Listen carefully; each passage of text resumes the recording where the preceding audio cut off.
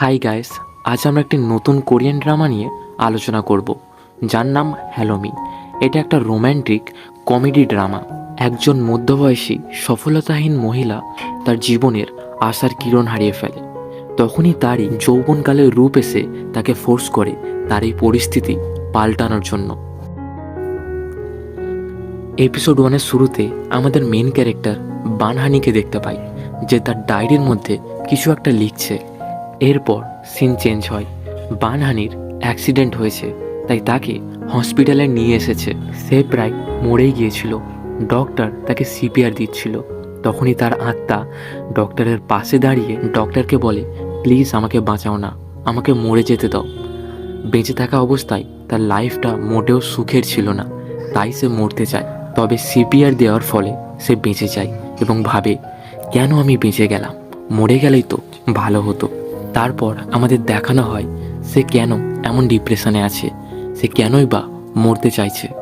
বানহানিকে আমরা একটি স্টোরের সামনে দেখতে পাই, যেখানে সে অক্টোপাস সেজে বাচ্চাদেরকে চেয়ার করছে। তবে তার দেওয়া খাবারের ফলে একটি বাচ্চার শরীরে অ্যালার্জি ফুটে ওঠে, তাই তার মা এসে বানহানির সঙ্গে ঝগড়া করতে লাগে এবং নিজের ছেলেকে হসপিটালে নিয়ে যায়। এই ঘটনার পর স্টোরের মালিক বানহানিকে কাজ থেকে বার করে দেয় এবং কিছুক্ষণ পরে পুলিশ এসে বানহানিকে পুলিশ স্টেশনে নিয়ে গিয়ে লকআপের মধ্যে পুরে দেয়, যেখানে তার পাশে লকআপের মধ্যেই হিয়ং নামক একজন ব্যক্তি ছিল। হিয়ং একটি ধনী পরিবার থেকে বিলং করত। হিয়ং তার আব্বাকে চ্যালেঞ্জ করেছিল যে সে 1 সপ্তাহের মধ্যে 1 মিলিয়ন ইয়ন কামিয়ে দেখাবে, তবে সে এতে সফল হতে পারেনি। তার আব্বা তার থেকে মোটেও খুশি নয়। উনি বলে যে তুমি কখনোই কিছু প্রোডাক্টিভ করতে পারবে না। এটা বলে তার আব্বা তাকে ঘর থেকে বার করে দিতে যায়। তার মা তার আব্বাকে থামানোর চেষ্টা করে, তো তার আব্বা এতটাই রেগেছিল যে তার মায়ের কথা শোনে না এবং তার ছেলেকে, যেই অবস্থায় তার ছেলে ছিল তেমনভাবেই তাকে ঘর থেকে বার করে দেয়। আর পুলিশ তাকে এমন অ্যাবনর্মাল অবস্থায় দেখে চোর ভাবে, তাই তাকে গ্রেফতার করে পুলিশ স্টেশনে নিয়ে যায় এবং তাকে লকআপের মধ্যে পুরে দেয়, যেখানে তার দেখা বানহানির সাথে হয়। আচ্ছা, এখান থেকে আমি বানহানিকে হানি বলেই ডাকবো, ওকে? হানির সাথে লকআপে একজন ব্যক্তি দেখা করতে আসে। এর নাম অ্যান্থনি। অ্যান্থনি হলো হানির একটি বড় শত্রু। এরপর আমাদেরকে ফ্ল্যাশব্যাকের সিন দেখানো হয়, যেখানে আমরা দেখতে পাই অ্যান্থনি একটা অ্যাক্টরের কাজ করছে এবং হানি ফটোগ্রাফের কাজ করছে। সে কিছু ক্যামেরা নিয়ে কিছু ফুলের ফটো তুলছিল, আর অ্যান্থনি এক কোণে হালকা হচ্ছিল।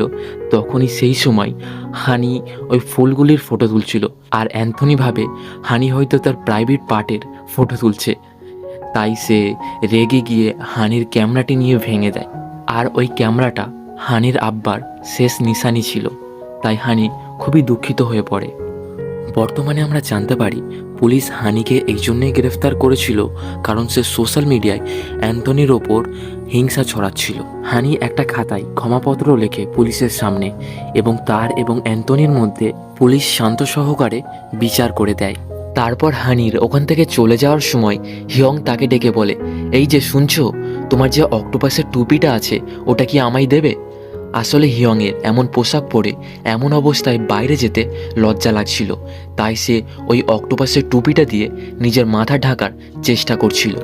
হানির জেল থেকে বার হওয়ার পরে তার একটি বান্ধবী, যার নাম নিনা, তার কল আসে এবং হানিকে বলে, তোর তো আজকের একটি ডেট ছিল, তুই ভুলে গেলি? আসলে নিনা তার বান্ধবী তার জন্য একটি ডেট আয়োজন করেছিল। তারপর এদিকে পুলিশ স্টেশন থেকে হিয়ংকে ছাড়াতে তার বোন আসে। তার বোন তাকে গাড়িতে অনেক জ্ঞান দেয়, এটা তুই কি করলি, আব্বার সঙ্গে কেন চ্যালেঞ্জটা নিতে গেলি, এইসব বলে তার সঙ্গে অনেক বকবক করে এবং শেষে তাকে তার ক্রেডিট কার্ডটা দিয়ে দেয়। তারপর হানির যেই হোটেলের ডেট ছিল সেখানে হিয়ংয়ের সঙ্গে তার দেখা হয়। তারা দুজনে কিছু কথা বলে। তারপরে হানির যার সঙ্গে ডেটে আসার কথা ছিল সে ওখানে আসে। কিছুক্ষণ হানির সঙ্গে কথা বলার পরে সে ওয়াশরুমের বাহানা দিয়ে ওখান থেকে চলে যায় এবং হানিকে ফোন করে বলে সে খাবারের বিল দিয়ে দিয়েছে, তাকে এই বিষয়ে চিন্তা করতে হবে না। অর্থাৎ তাদের এই ডেটটা রিজেক্টেড হয়ে যায়। এই সব কিছু দূর থেকে হিয়ন পাশের একটি টেবিল থেকে দেখছিল। হানির তো আজকের দিনটাই খারাপ, তার কাপড়ের মধ্যে ওয়াইন পড়ে যায়। সে ওই দাগটিকে তোলার জন্য ওয়াশরুমে যায় এবং পানি দিয়ে দাগ তোলার সাথে সাথে সে পুরো ভেতর থেকে ভেঙে যায়। তারপর হিওয়ানের টেবিলে ওয়েটার আসে বিল দেওয়ার জন্য। হিওয়ানের বোন তাকে যে ক্রেডিট কার্ডটা দিয়েছিল সেটা তার আব্বা সিল করে দিয়েছে, অর্থাৎ সে ওখান থেকে টাকা আর ইউজ করতে পারবে না। সে তার বন্ধুদেরকে ফোন করে, তার বাড়ির লোকেদেরকে ফোন করে, তবে কেউ তার ফোন তোলে না। হানি তখন ওয়াশরুম থেকে বার হয়ে হোটেল থেকে চলেই যাচ্ছিল। এই যে শুনছো, তুমি কি আমার বিলটা দিয়ে দেবে? আমার ক্রেডিট কার্ডটা খারাপ হয়ে গেছে, আমার নসিবটাই সম্পূর্ণ খারাপ। প্লিজ প্লিজ তুমি আমার বিলটা দিয়ে দাও না, আমি তোমাকে 10 গুণ বেশি টাকা দেবো। হানি ভাবে তার দিন তো এমনিতেই খারাপ যাচ্ছে, তবে তার জন্য যদি কারোর দিন ভালো যায় তাহলে এটা মন্দ নয়। তাই সে তার বিলটা দিয়ে দেয় এবং তারা দুজনে একে অপরের নাম্বার শেয়ার করে নেয়। তখনই তার একটি বান্ধবীর কল আসে এবং তাকে বলে, কোথায় আছিস তুই এখন? আজকে তো তোর একটা মিটিং ছিল, ভুলে গেছিস? তখন সে তাড়াহুড়ো করে ওখান থেকে যেতে গিয়ে তার ফোনটি রাস্তার মধ্যে পড়ে যায় এবং বৃষ্টিও হচ্ছিল। সে ফোনটি তুলতে যায় নিচে থেকে, তখনই সামনে থেকে একটি বড় ট্রাক আসতে থাকে। সে যেন বরফের মতো জমে গেছে, ওখান থেকে সরতে আর পারছে না। তারপর আমাদের একটি ফ্ল্যাশব্যাক দেখানো হয়। হানি তখন স্কুলে পড়ে। সে তার স্কুলে খুবই বিখ্যাত, মানে তার তখন খুবই কনফিডেন্ট ছিল এবং সে দেখতেও অনেক ভালো। সে তার স্কুলের বান্ধবীদের বলেছিল যে তার একটি ক্রাশ আছে। তার বান্ধবীদের কাছ থেকে তার বন্ধু এবং তার থেকে তার, এমন করে পুরো বিষয়টাই স্কুলের মধ্যে ছড়িয়ে যায়। তবে শেষে জানা যায় তার যে ক্রাশটি ছিল সে আসলে সে নিজেই, অর্থাৎ সে নিজেকেই সবচেয়ে বেস্ট এবং নিজেকেই সবচেয়ে ভালো মনে করত। হানি একজন সিঙ্গার হতে চায়, তবে এতে তার মা তার বিরোধিতা করে। তাই সে তার আব্বাকে বোঝায় যে সে তার মাকে বোঝাবে। পরের দিন হানি স্কুল থেকে তাড়াতাড়ি ছুটি নেওয়ার প্ল্যান করে, তাই সে এর জন্য চুনসিক নামক একজন ছেলের ব্যবহার করে। চুনসিকের জ্বর এসেছে এটার বাহানা দিয়ে হানি এবং চুনসিক স্কুল থেকে ছুটি নেয়। সে চুনসিকের সাথে ডেটে যাওয়ার প্রমিস করেছিল, সে আসলে তাকে ব্যবহার করছিল। পরে সে তাকে ব্রেকআপের মেসেজ দিয়ে তার সঙ্গে ব্রেকআপ করে নেয়। স্কুল থেকে ছুটি নেওয়ার পর সে একটি স্টেজ পারফরমেন্স করছিল, তখনই তার আব্বা এবং মা এসে তাকে ওখান থেকে নিয়ে চলে যায়। গাড়িতে হানি বলে, সিঙ্গার হওয়া আমার জীবনের সবচেয়ে বড় স্বপ্ন, আর আমি এটা হয়েই ছাড়বো।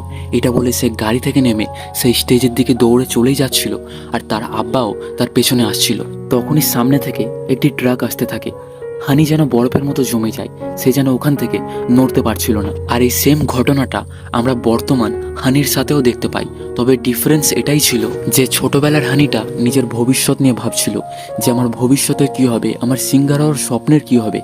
আর বর্তমানের হানিটা ভাবছিল মরে গেলেই ভালো হয়, আমার ভবিষ্যৎ বলে তো কিছু নেই। এরপর আমরা বর্তমানে ফিরে আসি।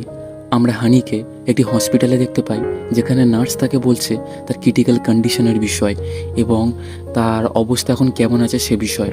আর নার্স তাকে তার নাম জিজ্ঞাসা করতে সে বলে হানি, এবং নার্স পর্দার ওই পারে আরেকটি পেশেন্ট ছিল, তাকে তার নাম জিজ্ঞাসা করতে সেও বলে তার নাম হানি।